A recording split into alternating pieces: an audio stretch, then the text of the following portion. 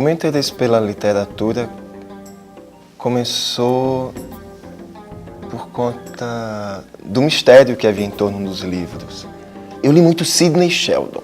Adorava ler Sidney Sheldon, achava que ele era, assim, escandalosamente o melhor autor que havia. Ele construía histórias que conseguiam me pegar, tinha aquele suspense todo.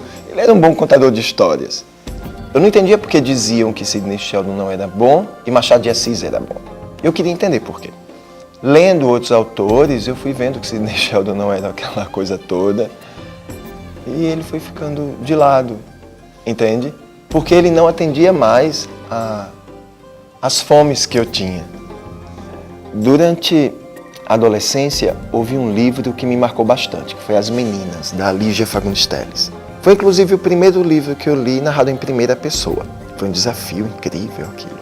Eu fiquei apaixonado pelo livro. Eu comprei o livro pelo Círculo do Livro. Eu li um perfil a respeito da Lígia feito pelo Inácio Loyola Brandão. E me apaixonei pela figura dela também. E eu queria escrever para a Lígia. Consegui uma lista telefônica antiga, consegui o endereço dela, o telefone dela, liguei para ela, peguei o endereço e a gente começou a trocar correspondência. Isso eu tinha 16, 17 anos. Foi em 87. E desde então a gente firmou uma amizade. Durante o período em que eu era estudante do curso de letras, eu fiz parte do centro acadêmico. Como eu me interessava por literatura, nessa época eu ainda estava começando a escrever, eu não admitia que eu não criasse espaço para que outros autores também mostrassem seus trabalhos. Então eu e o pessoal, a gente promovia vários recitais. E nesse período de recital foi o período em que eu me assumi como poeta, entende? E uma coisa importante que aconteceu e que me ajudou a me assumir assim, foi numa aula de um professor, o professor Vicente Ataíde, em que pela primeira vez eu vi que eu poderia ser poeta.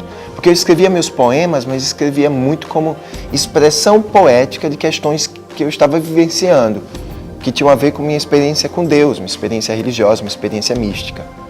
E um dia na sala de aula ele propôs um exercício, e nesse exercício eu fiz um poema, mostrei para ele, e ele gostou e ele me deu um conselho. Ele percebeu uma coisa nos meus poemas que eu não havia percebido. Ele perguntou: você gosta de música? Eu disse que sim. Ele disse: ouça música, ouça muita música. Porque ele percebeu naquele poema a questão da musicalidade, que é uma obsessão minha. E eu não sabia que eu tinha aquela obsessão. As minhas profissões foram divulgador de livros na editora Nova Fronteira. Eu trabalhava divulgando livros para escolas, vendedor de livros e professor. Eu achava lindo ser vendedor de livraria, porque eu teria aquele contato corpo a corpo, né, com o comprador. Eu fui vendedor de livraria lá em São Paulo, fui gerente de livraria. Depois eu vim a Maceió, trabalhei na livraria Caetés. E para mim aquele trabalho era como se eu trabalhasse numa farmácia e vendesse remédios para a alma. Desde criança eu sempre quis ser ator. Na verdade, 3 coisas eu quis bastante durante a infância. Queria ser dançarino, queria ser ator, queria ser escritor. Ser escritor foi a terceira das coisas. Eu acho que foi, de certo modo, o que me restou. E no palco eu encarno a palavra. Eu tento emprestar meu corpo a questões que outros autores colocaram em seus livros, como no caso Thomas Mann, no texto dele Mário e o Mágico, que eu adaptei e que se transformou na peça O Mágico, que talvez a gente ainda volte a apresentar. Fazer parte das peças me dá a oportunidade de encarnar a palavra. A palavra de outro autor ou a palavra nossa, porque os atores do grupo, o pessoal da direção também, todos nós escrevemos. Era uma moça num conjunto azul e rosa de estampas.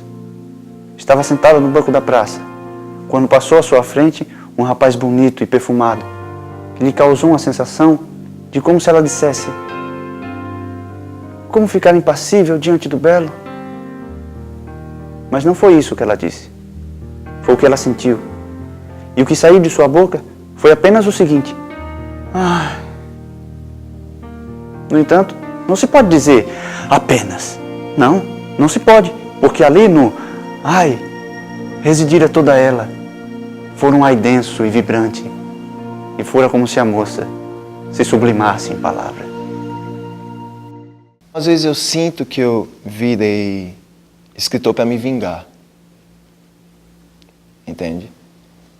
Parece que uma vez eu falei que eles não ririam mais de mim.